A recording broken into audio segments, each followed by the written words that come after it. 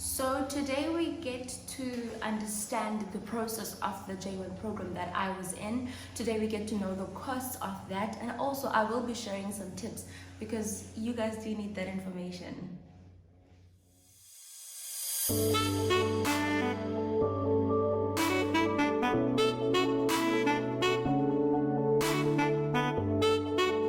My name is and welcome to my YouTube channel. If you are a new subscriber, thank you very much for joining the family. I hope you do enjoy the content. If you're a returning savvy, you know the drill. Welcome guys. Thank you very much for tuning in. So with no further ado, I want us to just get straight to the matter of the day today. So if I'm looking down like this, that means I'm looking on my notes because I did write down some notes so that I do not forget a few stuff that I need to talk about that someone might find informative. Now you do know what is a J1 visa, what is a cultural exchange program. So if you don't know what it is and you are new to the channel, I will put the link on the description box to that video, and also you can just click on the card that will be up on here, and I hope you guys enjoyed that. So now let's start to the process of the program, right? So I'm just gonna give a list and then I'm going to go back point by point and then explain each point that I've just mentioned. So there's application, there's shortlisting for interviews, and then there's placement, and then there's waiting for your visa and visa applications and whatnot. So that's just like the general overview of what's going to happen when you do apply for these programs. But then with applications, and how do you find out about this program? So it will depend if maybe they are approaching your university or you are wishing to approach them. So in my case, they did approach the university, which made everything easier for me because I didn't know anything about agencies that have this type of programs. Like, I did not know, right? But then if you are watching this video and you would want to know a few of the agencies that I know, I do know Epic Travel, I do know OVC because that's what I was using. Also, what else? Workaway program. I think it's Hopskin Travel. I think that's the name. I'm not sure, guys. I tend to be corrected, but that's the travel. So basically, you do have to find an agency that offers this program, right? So then you apply for them. You apply, usually you give them your CV, your transcript, your qualification. If you already have the qualification, if you're not, you'll just give them the transcript. Yeah. But then with my process was that I didn't have to give them my own made CV. They gave me a format of CV that I just needed to fill out my details on it. So that's how they did it. I don't know if Overseas still does that, but I find that very helpful because some people, I don't know, they don't know how to make CVs and they still need assistance, and they also check out your errors for you and whatnot, kind of fix it for you when you need that assistance. So yeah, that's the application process. So you get shortlisted, right? So before you go for your interviews, the program that I was in, the agency, let me put it like that, called everyone that applied for the program, and it was more like an orientation thing where they were prepping us for the interviews. So the interviews were conducted by Alliance Abroad, so they had to come fly to South Africa, and they were in Cape Town, Johannesburg, Durban, I think, and then PE. Yeah, so that's what I think that was it. So they were conducted by Alliance Abroad, and then Alliance Abroad would also ask you, which something that was nice, would also ask you that where would you want to be placed, and then you tell them why do you want to be placed at that place. But then if the area is full and then you need to be placed somewhere else, they would definitely do that. Sometimes they don't place you where you want to be placed, so also you don't have control over that. So that's that with regards to the placement. On your day of interviews, right? So they will make you read like a lot of documents so that you can sign like a lot of document about the program, and if maybe the program that they are offering does have a loan, they'll make you go through those documents. Just make sure that you read everything. If maybe you might go through the same thing that I went through. Just make sure that you read every document of everything that you sign, because you need that information. So then after that, you get accepted, and then you get placed, and then you wait for your visa.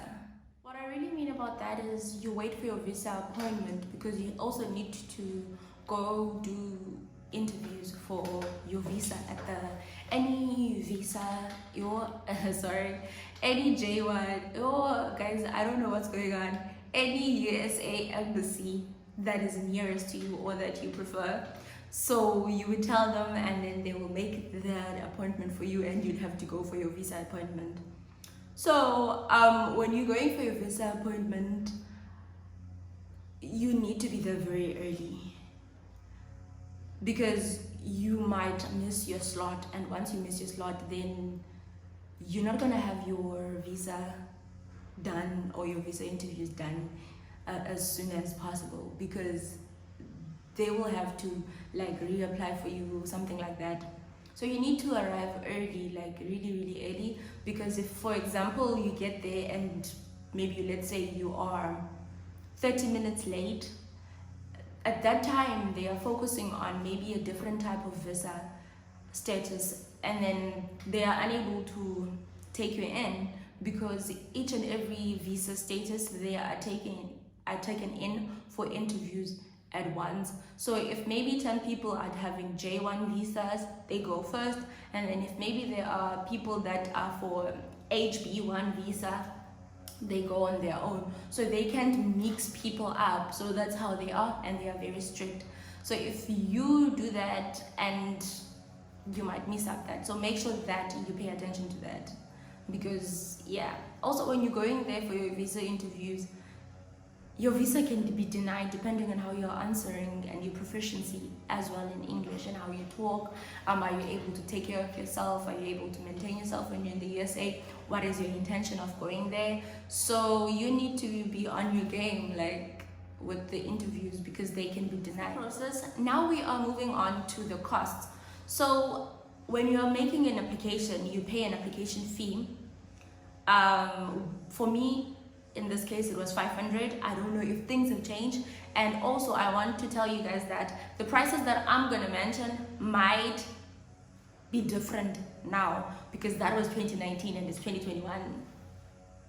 So yeah, they might be different. So application fee then for me was 500 rand, and then there was an acceptance fee. So when you get accepted, right, you pay for that, which is like 5,000 rand. And then you have a placement. So now you are accepted, right?